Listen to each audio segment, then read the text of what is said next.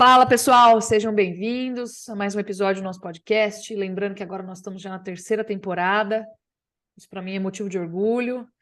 Então, seguimos aí firmes junto com vocês, trazendo as informações do mercado e, como não poderia ser diferente, a novidade dessa semana é o nosso caso aí de encefalopatia espongiforme na sua versão atípica.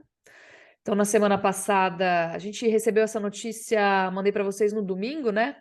Foi no domingo, na hora do almoço, e já veio de uma fonte muito confiável aqui da nossa parte. Na segunda-feira, a gente já pegou os frigoríficos aí saindo das compras, já tinha uma confusão, mesmo que isso tenha acontecido no meio do carnaval, né? Na terça-feira, foi feriado, mas a gente já sentiu os efeitos a partir da segunda-feira, né?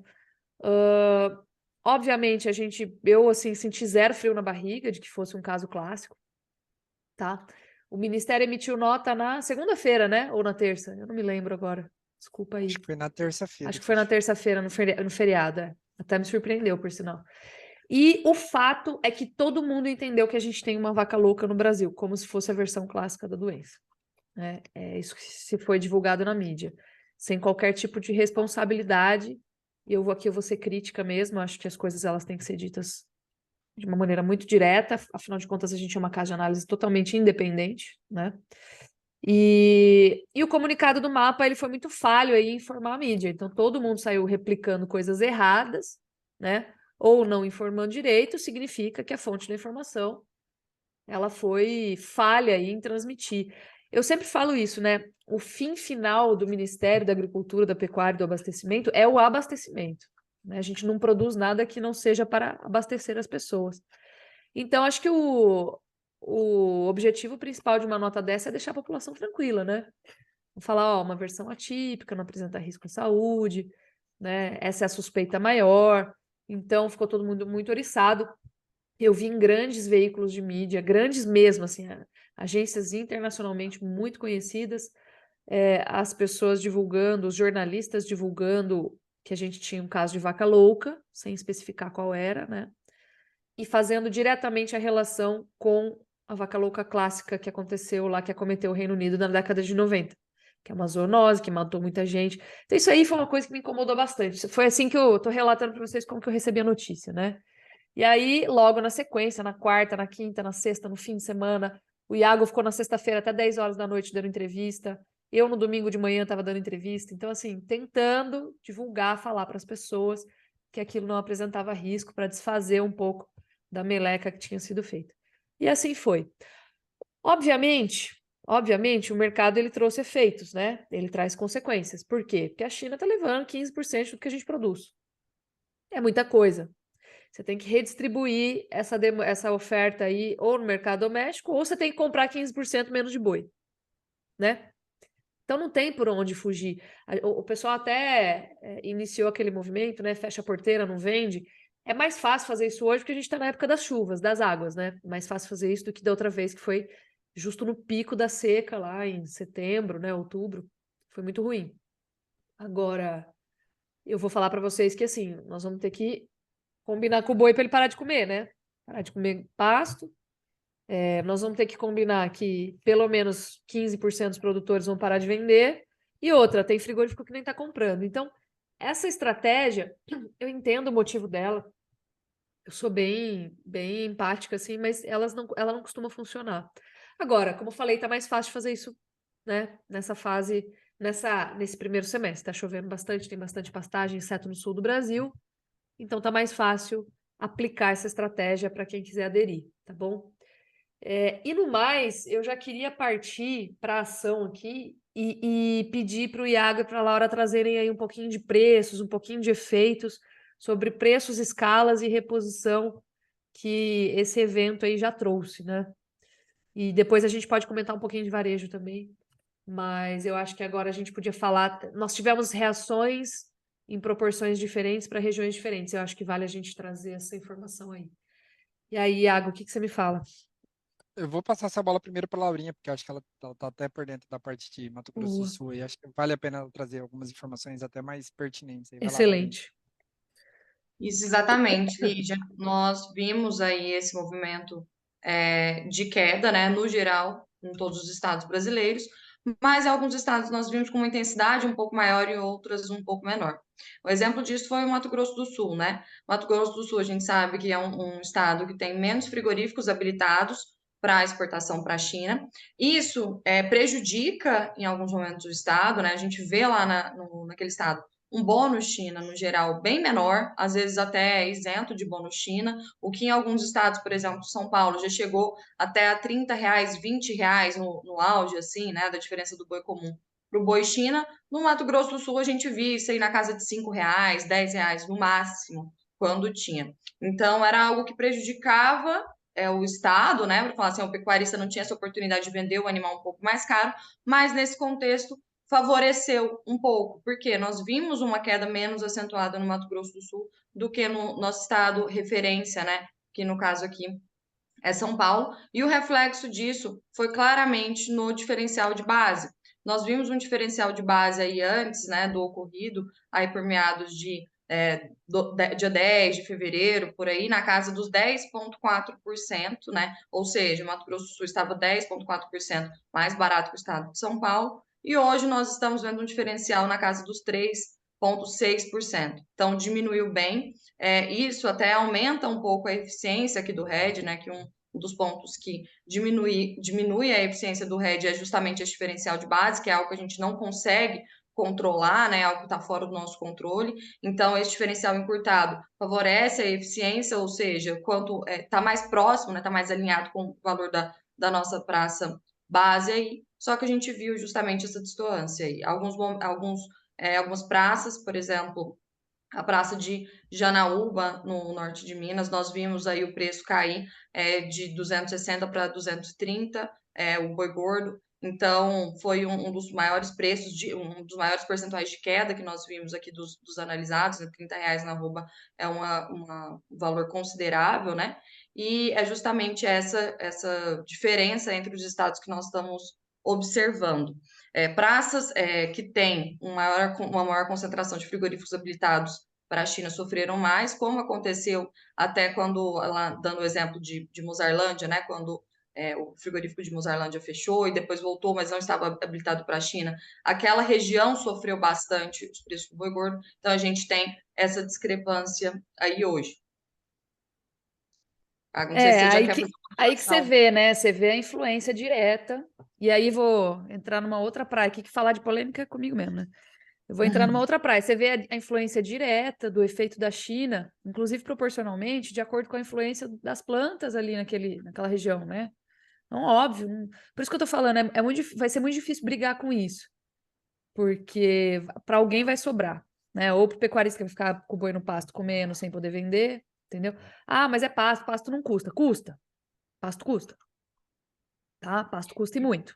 Se você for adubar, fertilizar, fazer direitinho, pasto custa pra caramba, tá? Uma reforma de pasto é uma das coisas que mais custa dentro do custo de produção. É que a gente não costuma fazer o cálculo direito. E tem Agora, um planejamento de pastagem também, né? O que a gente estava até discutindo numa reunião com o cliente agora, de que, beleza, o pecuarista até conseguiria manter aqueles animais por mais tempo. Mas e todo esse planejamento que ele fez, né? A pastagem dele estava planejada para ocupar X volume de animais. Se ele manter perfeito, um volume a mais de animais ali, ele não vai ter pastagem suficiente para passar por todo esse período que ele tinha planejado anteriormente. perfeito. E eu tô dizendo isso por quê? Porque talvez a gente precise revisar ou lapidar alguns termos do nosso acordo comercial. Talvez valesse a pena começar a bater nessa tecla. Eu acho assim, depois que você assinou o contrato, é difícil voltar atrás, né? Mas eu até falei com um amigo semana passada e ele falou assim: Nossa, mas eu acho que isso até nos protege e tal. Mas eu pensei e falei: Cara, mas se tá dando problema é porque tem alguma coisa que precisa ser ajustada. Porque tá dando muita volatilidade por nada, muito barulho por nada, né? Nós temos um rebanho de 190 milhões de cabeças. Nós estamos passando por uma fase assim de muita aplicação tecnológica dentro dos processos produtivos. Então, nós estamos reduzindo a área de pastagem no Brasil. Isso já não é novidade, né? Isso é muito dito, assim. Ou seja, Eu estou aumentando a produtividade dentro de áreas menores, né? Estou cedendo área para outras culturas, estou cedendo áreas para reflorestamento, né? Regeneração da mata ali nativa. Tem gente quebrando, né? Muita gente saindo da atividade e concentrando os mais produtivos. Interessante. Dentro dessa chave que nós estamos virando, de menos produtivo para mais produtivo, o que vai sair de bicho velho, gente? O que vai sair de animal errado? Não está escrito. A média dos produtores no Brasil é de pequenos e médios, né? A maioria, na verdade, a maioria de pequenos e médios produtores. Produtores de 50 cabeças, 20 cabeças, 100 cabeças. Então, a realidade brasileira é que a gente ainda tem muito o que fazer. E animais mais velhos vão aparecer. E nós teremos esse problema aparecendo novamente, ocorrendo, né? E quando a gente identifica, se toda vez que a gente tiver uma suspeita, nós já sabemos o perfil do animal, tanto faz o perfil do animal, não muda absolutamente nada na conta. Que o animal seja velho, que ele não tenha sido alimentado com ração, que agora seja a época de alta produção de pastagem no Brasil, principalmente lá na região, no Pará, que os outros animais contactantes não tenham qualquer tipo de sintoma. Entendeu? Que a ração esteja um absurdo de cara, ou seja, o cara podia até ter mentido, mas é muito pouco provável que ele tenha dado ração com o preço da arroba do jeito que tá, entendeu? E o preço dos grãos do jeito que tá. Então, assim, sinceramente, o perfil do animal tanto faz e a gente precisa fazer esse alvoroço todo. Isso fala mal contra a carne, né, quando a mídia divulga dessa forma. Então, assim, o que me passa pela cabeça? Que talvez a gente pudesse não mudar, não eliminar o termo do acordo. Porque eu entendo lá da China também. A China é um país que vive com muitas infecções, né? Vamos falar assim. A China usa máscara há décadas, não é de hoje que os chineses são preocupados. Por quê? Porque eles têm alta densidade de pessoas, né, nas cidades, porque eles têm um problema, e a China era um país feudal até os anos 1900, até o começo do século passado, a China era um país feudal ainda. E aí o que acontece? Cara, a inspeção é novidade lá. Então, eles ainda têm uma produção muito fundo de quintal, a gente viu isso acontecer com os suínos. Então, entenda a preocupação do cliente também. Não adianta só a gente olhar para o nosso lado. Agora, talvez, como a OIE é rápida em emitir aí seu parecer sobre o risco da doença para determinado país, a gente pudesse suspender caso a OIE mude o status. Porque vai sair a contraprova laboratorial vinda do Canadá aí em quinta-feira agora, né, dia 2, Isso, dia 2 de março. está previsto para chegar a contraprova, a gente manda para a China e manda para a OIE também. E aí a OIE em alguns dias fala, não, eu vou manter o status do Brasil como insignificante para a vaca louca clássica. Ótimo, tudo permanece. Se a gente pudesse suspender a certificação só se a OIE mudasse de status, seria muito bom, né? Por exemplo, seria um buffer, que a gente fala em inglês, um amortecedor para esse tipo de evento, porque vai continuar acontecendo. Entendeu? Sim. E se toda vez a gente tivesse pandemônio, essa insegurança, cai a bolsa, cai o preço no frigorífico, o frigorífico para de comprar, entendeu? É muita insegurança. E é o que eu falei, esse ano aconteceu na safra, enquanto eu tenho capim para segurar o gado aqui. 2021 aconteceu lá no meio do confinamento, cara. E aí, o tamanho do preju. Lembra de vídeo de cara pegando boi e soltando de novo no pasto? Aquilo ali, gente, é a ineficiência, é o prejuízo, assim, marcado, né? Então, minha sugestão talvez fosse essa, porque fica claro aí, pelo que a Laura falou, a evidência da influência da China na formação dos preços domésticos, inclusive em intensidade. Quanto maior a exposição daquele estado a plantas que são habilitadas para a China, o que no primeiro momento é muito bom, depois traz um problema maior, né, durante a suspensão. Só Então, para acho falar em que consequências, manda Olívia, bala. acho que tem alguns pontos aqui, né? Hoje, até janeiro, fevereiro, na verdade, nos últimos 6, 7 meses, a gente teve uma média de participação chinesa em torno de 20% sobre o total produzido no Brasil. Então, a gente, de cada 5 bifes que a gente produz, um vai para a China, ia para a China, né? Na exportação, a dependência é ainda maior, a gente está falando de 60%. Então, de cada 5, 3 são para a China. E aí, eu só colocaria em números aqui, a gente tem mais ou menos aí cerca de 500 mil de animais que são destinados por mês à China no Brasil. Então, se a gente tem um abate de 2 milhões, 2 milhões e meio de cabeças por mês, 500 mil, mais ou menos, aí na média que a gente coloca, são animais que têm como destinação a China no final do dia ali, sabe? No final da produção da Perfeito. nossa É estimativa. muita coisa, E, cara. e aí, o que a gente já começa a ver num processo parecido com o que foi em setembro 21, basicamente, quase todas, ou mais de 50% das plantas que têm habilitação China vão sofrer com algum tipo de paralisação, seja intercalando o abate, seja dando férias coletivas, seja parando o abate, parando as compras. O que a gente tem visto é tanto grandes grupos frigoríficos, né, que têm a opção de mandar por outro país, mas também pequenas e médias empresas frigoríficas no Brasil que vão interromper abate.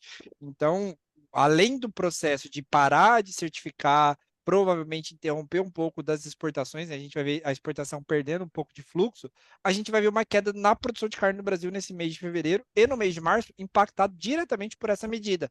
Então, assim, a gente já está vendo isso. A escala de abate, ela está recuando, mas não é só por um processo em que o produtor não quer entregar. É porque o frigorífico também não está interessado em comprar grandes volumes de carne, né? Então, eu Perfeito. acho que o resumo da ópera, além do impacto da exportação e do preço, é que o Brasil vai ter um problema de PIB, assim, o Brasil não, mas a pecuária brasileira vai ter um problema de PIB gerado por um contexto de um animal no espectro de 190 milhões, né? Então, Uhum.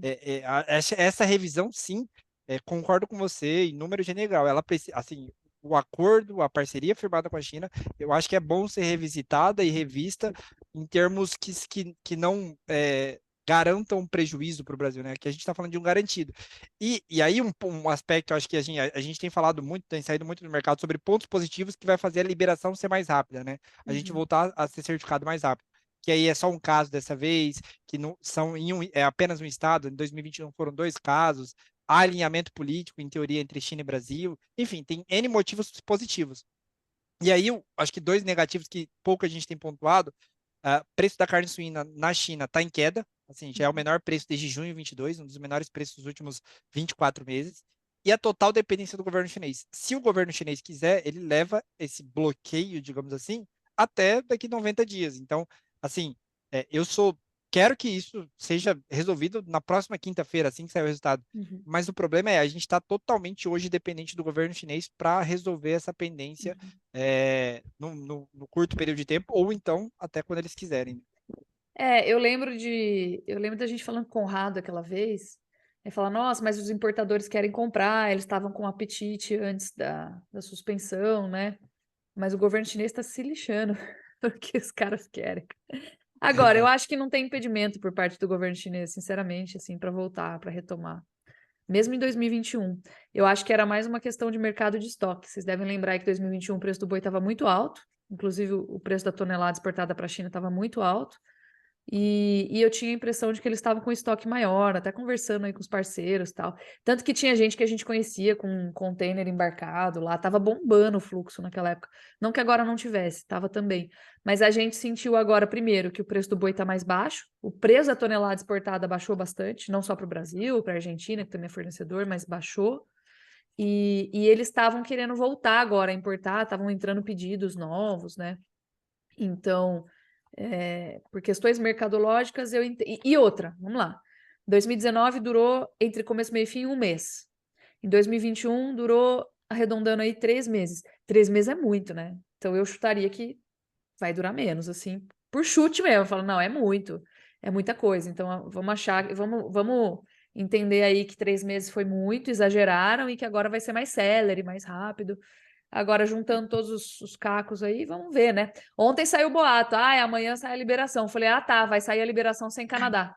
Vai. Começou de novo, né? Começou A tudo de última vez, novo. toda semana tinha um boato de que amanhã a Exatamente. China volta. Exatamente. Então, assim, cara, não, como assim que vai voltar sem ter saído do Canadá contra a prova?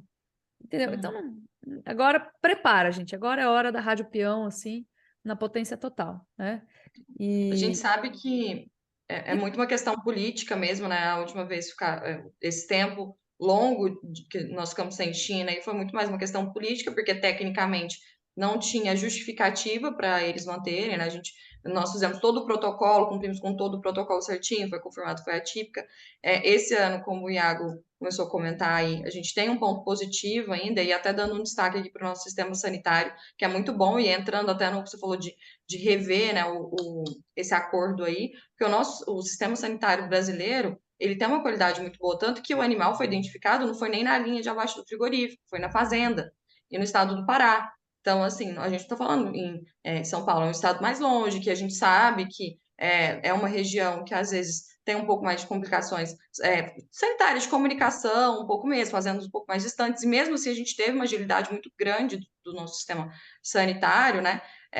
E mesmo assim foi bloqueado. Então, pode ser um ponto positivo também para eles retomarem mais rápido, né? Porque foi só um animal, não foi 2 como da última vez, não foi na linha de frigorífico, onde teve um trânsito do animal, então possibilitaria, caso fosse típica, né? Caso fosse a clássica, uma contaminação maior com outros animais. Então, foi isolado na fazenda, já fizeram todos os processos ali de abate, incineração, enfim, todo o protocolo de forma rápida e ágil. Então, vale um ponto positivo aí para o nosso sistema sanitário, no geral também. Acho que sim. Eu não saberia, assim, afirmar de verdade se foi problema político daquela vez. Me fizeram até essa pergunta uma vez na CNN. Falei, cara, eu não sou nem diplomata, nem especialista em relações internacionais, assim, para responder isso. Porque que a gente sabe que o governo anterior sempre foi crítico da China, a gente sabe, né? Mas a gente estava bombando de exportação para lá, entendeu? Então, sim, eu acho que foi mais uma questão de estoque e preço. Tava caro e eu lembro que eles Sim. voltaram a importar justo antes do Ano Novo Chinês também. Então, né, Eu acho agora a que gente está precisando refazer estoque para entrar no novo chinês, porque a gente vai paralisar de novo. Mas você quer saber? Isso aqui é tudo especulação, né? Saber mesmo. É difícil falar. Mas eu concordo. E assim, pessoalmente, eu não sei de vocês. Eu não sei do Iago aí, de você, Laurinha. Mas eu tô sentindo o mercado muito menos nervoso, frenético do que da outra vez. Tô Com sentindo o certeza. mercado E até a Bolsa mais está tranquilinho. falando um pouco isso, né? A gente vê um maio hoje a 2,94, né? É. O maio, perdão, o março. O março está logo aí, amanhã, né? Uhum. Então, hoje a gente está falando num fevereiro na Bolsa 2,78, que hoje é o dia de encerramento do contrato, Sim. né? E o spread grande para o março, ou seja, eles estão aplicando um otimismo que esse retorno vai ser mais um espaço de tempo mais curto, né? Uhum. Sim, Eu só exatamente. tenho, assim, só tenho um receio dentro dessa contextualização toda, porque, assim, faz uma semana que a gente sabe do caso, né? E aí, Sim. se eu volto lá em 2021, eu lembro que era exatamente a mesma coisa que a gente estava falando. Ah, não, vai voltar rápido. 2019 foi 10 dias, então já volta. Boa, boa, boa, boa. Eu tenho só esse, assim, esse é o meu único medo. Gato escaldado tem medo até da caneca, né? É, Como dizia o nosso amigo Onésimo. Então, assim, boa. eu ficaria só com medo disso. Assim, a gente está, obviamente, hoje considerando que é um caso atípico, e provavelmente vai ser um caso atípico, mas, assim, o meu grande medo é que a gente está na mão do governo chinês e assim, Não, tô eu de não tenho, acordo. Eu eu não acho que tenho, prudência e caldo de galinha, né? Faz exatamente. mal pra ninguém. Então, Mas agora é é o isso. tal negócio. Ó, vamos lembrar, tem outra coisa interessante aqui da gente analisar. Muito interessante, por sinal. Lá em 2021, a gente recebeu notícia em setembro. Em outubro, o boi caiu muito, caiu 11,7% no mês. Foi um negócio assim bem, né, chamou Maior muita queda atenção. mensal da história. Mas, em novembro, o boi, antes da China reabrir, o boi voltou e superou o patamar anterior. Então, o mercado vai se ajustar, né? O mercado vai se ajustar com China, sem China. Então, não é o fim do mundo. Eu acho que, novamente, né? Vamos olhar o copo meio cheio, senão não tem o que fazer, né? Pá, senta e chora no canto lá. Nós estamos em plena época de chuva, tem pasto pra caramba, agora tá bem de capacidade de suporte. E vamos segurar o rojão, a poeira vai baixar e tudo vai normalizar. Quando? Qual o prazo? A gente, infelizmente, não sabe. Gostaria eu de saber. Mas vai normalizar. Então agora é hora de respirar, mantenha a toada aí, porque vai passar, né? E vamos aproveitar isso para aprender a tirar as lições. Primeiro, olha, engraçado, eu gravei uma coluna para Forbes, inclusive acho que foi um vídeo parecido também para o nosso, mais ou menos na mesma linha para o nosso canal falando, cara, olha a influência de China, olha o risco de China, tem que travar, lá, lá, lá. Então, assim, primeiro, ano de fase baixa de ciclo, o risco é muito grande. Qualquer notícia ruim incomoda muito. Estamos em safra, oferta de boi existe. Tem que trabalhar travado, né, para os animais de terminação que vão ser entregues no ano. Tem que trabalhar travado. Essa é a primeira lição. E a segunda lição é que eu acho que a gente vai ter que rever ou lapidar alguns termos desse acordo. Então, talvez começar a sei lá, conversar com as autoridades aí, né? Algumas associações já começaram esse movimento. Se eu não me engano, a Acrimate, a Socom já se pronunciaram. Para quê? Para a gente ver se consegue afinar, né, e reduzir essa volatilidade enorme tempestade num copo d'água que está acontecendo aí toda vez. Então é isso. E falando em... Li, eu acho Fala. que dá para a gente relacionar, assim, do que você comentou de copo, sempre olhar o copo meio cheio, né? Falando em oportunidades que esse momento nos traz também, Perfeito. inclusive na relação de troca, né? O mercado pecuário, no geral, ele se contamina muito com notícias como essas. Nós vimos aqui vários clientes até que já estavam com negócios meio encaminhados para a venda de bezerros, de garrotes, novilhas, enfim, de animais mais ligados à reposição e que tiveram esses negócios abortados, né? Então, nós estamos vendo muitos players no mercado aí que se tratam da compra desses animais saindo fora, principalmente quem ia colocar também animal em confinamento, não vai colocar, porque nós já estamos num cenário que as margens do confinamento estão muito baixas, às vezes até negativas, quando a gente fala num boitel, por exemplo, né? É. E aí, nós estivemos aí, esse pessoal pisando um pouco o pé no freio e não realizando essas compras, ou seja, Sim. sobrou uma maior oferta dessa categoria de animais no mercado, a gente viu o preço cedendo, o CPEA, eu estava até olhando alguns indicadores aqui, não mostraram tanto esse movimento, mas o que a gente tem visto aqui do pessoal mesmo, conversando no mercado físico, é que está tendo muitas boas oportunidades de compra, tanto de bezerro, bezerras, enfim, e boi magro, garrote, animal mais para reposição, Sim. então, serve esse ponto aí de atenção também, né? A gente olhar para as oportunidades que tem para adquirir um animal que já estava barato, Uhum. mais barato ainda. Sim, perfeito. É bem por aí mesmo. Eu vejo bem por aí. A gente tem oportunidade agora, daqui 2 anos, está colhendo aí uma valorização no nível de 2020, 2021, com o estoque que a gente fez barato. O Rogério Goulart, ele é muito pragmático em falar isso. Ele fala, cara, se eu... Ah, mas estou sem área. Cara, arrenda a área do vizinho e toca boi lá dentro. Ah, mas estou sem crédito, sem dinheiro. Pega crédito, entendeu? Porque agora é a oportunidade, é nessas horas que você compra e depois se valoriza acima da inflação, né? Então, eu iria mais ou menos por aí, por esse caminho, tá?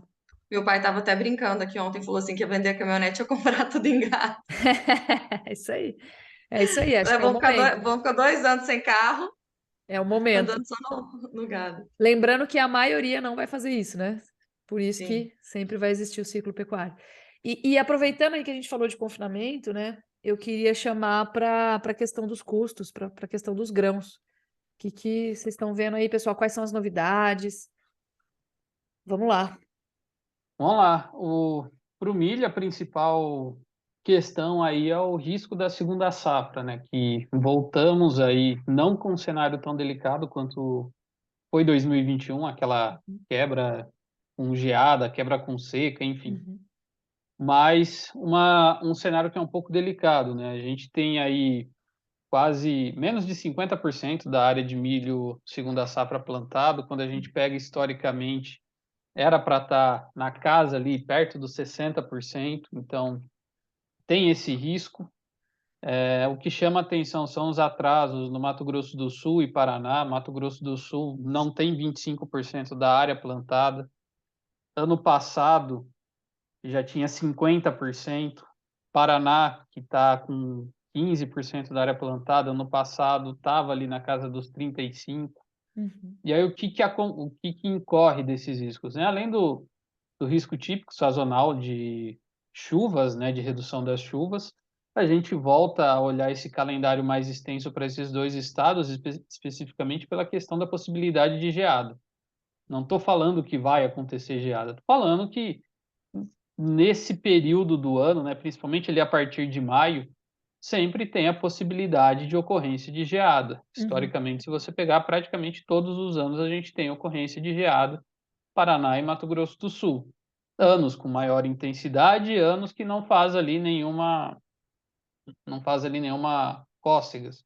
Tá. Então, o risco acaba sendo esse, né? E se pegar Paraná e Mato Grosso do Sul, são dois estados aí que juntos representam mais de quase praticamente aí 32, 33 milhões de toneladas Uhum. na safra de milho. Então, é praticamente aí um terço da safra de milho que Uhum. tem aí um risco nesses dois estados. Pensando assim de forma generalista. Uhum. Então, hoje o mercado ainda, né, vê aí trabalha com uma certa com comedimento aí, né? Trabalha aí com freio de mão puxado por conta disso. E o que vem também, vale pontuar do lado do milho, que afeta, né, preço também, que a gente notou nesses últimos dias é a questão da vaca louca, que você afeta a demanda, e também esse risco de gripe aviária que está no nosso quintal, né? Está na Argentina. Pois é, cara, tá E difícil, quando né? sim, e quando a gente pega a região sul, Paraná, Santa Catarina, Rio Grande do Sul, são grandes países produtores de aves, né? Carne Uhum. de aves ou produção de galinha poedeira, enfim.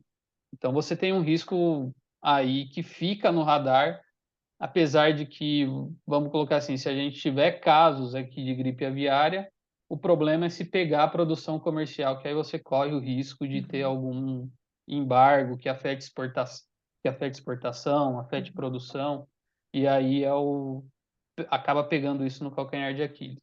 Tá. E E aí, fala, desculpa. não, pode falar, Lígia. Não, eu ia fazer pergunta sobre pontos de atenção agora, né? Se tá valendo negociar ou se não tá. Olha, se a gente olhar desde o final da safrinha aí, início desse ano, a B3 para setembro ela atingiu o preço mínimo dela ali, ficou ainda acima dos 86. Uhum. E se a gente pegar, né, o que a gente tem que olhar também é a paridade de exportação para o segundo semestre, que já tem influência da safra norte-americana. Então, esses níveis de preços aí próximos de 86, 87 reais começa a ficar interessante sim para olhar alguma posição aí para seguro de preço. Uhum. Então a gente tem que ficar atento a esses patamares. Tá. E um ponto, né, de atenção aí que precifica ainda segundo semestre é que vem safra americana. E semana passada a gente teve o outlook aí do SDA com as primeiras indicações, as primeiras projeções para área plantada e trazendo aí um forte crescimento, aí algo próximo de 1,5 milhão de hectares para o milho, Tá. um crescimento que pode resultar na ordem ali de 30 milhões de toneladas de produção, mas que pode ainda, né, a gente tem que aguardar essas novas atualizações, que pode jogar essa produção de milho dos Estados Unidos para casa de 390 milhões de toneladas. Então, Uhum. seria algo muito expressivo, contando que esse ano tem um El Niño em formação para a safra norte-americana e que isso é positivo para a produção nos Estados Unidos, tanto para a soja quanto para o milho. Tá. E outro, acho que fato importante aí para colocar, né, que a Argentina e a safra parecia estar no fundo do saco, mas o saco acho que tem um furo a mais e ainda as perdas continuam no país, né? Os gaúchos estão sofrendo pra caramba também. Sim, sim, só que uma intensidade menor do que os argentinos, mas ainda assim mais um ano de Difícil. sofrência aí pros gaúchos. Tá. E a safra da Argentina aí já se fala algo, as últimas estimativas falam algo de 37, 38, mas hoje já se fala algo entre 30 e 35 milhões de toneladas. Se a Tá. gente pegar para o milho também, seria algo próximo aí de 35 milhões de toneladas. Então, se a gente for colocar de forma direta, só Mato Grosso esse ano a expectativa é produzir mais soja e milho que a Argentina. Caramba. Safra Nossa, vai ser mato-grossense, prejuízo grande, cara. a safra mato-grossense aí com 43, 44 milhões de toneladas de soja, e para o milho também vem uma safra bem grande aí, na casa dos seus 40 milhões de toneladas. Eu sigo uma página no Instagram chama Campo Argentino e o cara postou lá uma foto que ele tirou logo depois do plantio, né? Tem até uma moto assim, o pôr do sol, e agora ele tirou de novo a foto. Ele falou, cara, trabalho de um ano inteiro jogado fora, assim, tava bem chateado lá. Então, não tá fácil. Muito bem. E, ô Rodrigo, o que que a gente tem de pontos aí, cara, para se atentar em termos de preços? Bom, vamos lá, Lígia. Em linha com o que o Stefan falou, né, sobre esse atraso, né, na semeadura do milho safrinha, o IMEA soltou uma nota nessa segunda-feira dizendo que cerca de 20% do milho segunda safra ele vai ser semeado fora da janela ideal, né, de plantio. Então, isso pode trazer, né, um risco maior, né, de intempéries climáticas E a gente, nesse caso, olha muito para o vencimento setembro na Bolsa Brasileira, né, o CCNU 23, como o Stefan colocou, ele está ainda na casa dos 86,90, né, tem um pequeno ágio ainda em cima do indicador CPEA, né, a última referência que a gente teve foi no dia de ontem, ele veio um pouco mais acima, né, voltando para casa também dos 86, ele veio a 86,40 no dia de ontem.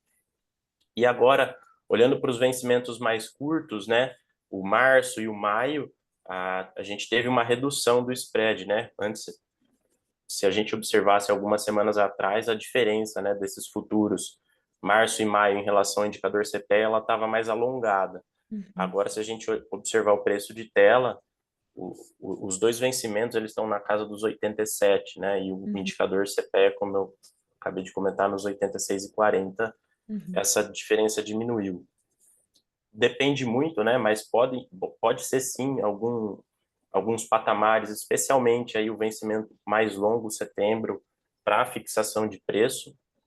E também o que vai refletir muito, que o Stefan trouxe agora há pouco, foi esses números, né, que o USDA trouxe no Fórum Anual de Perspectivas Agrícolas dele, que iniciou na quinta e sexta-feira passada. Para o milho veio uma projeção muito otimista, né, tanto para a área a ser plantada, quanto para a produtividade, e isso trouxe muita volatilidade para os preços, né?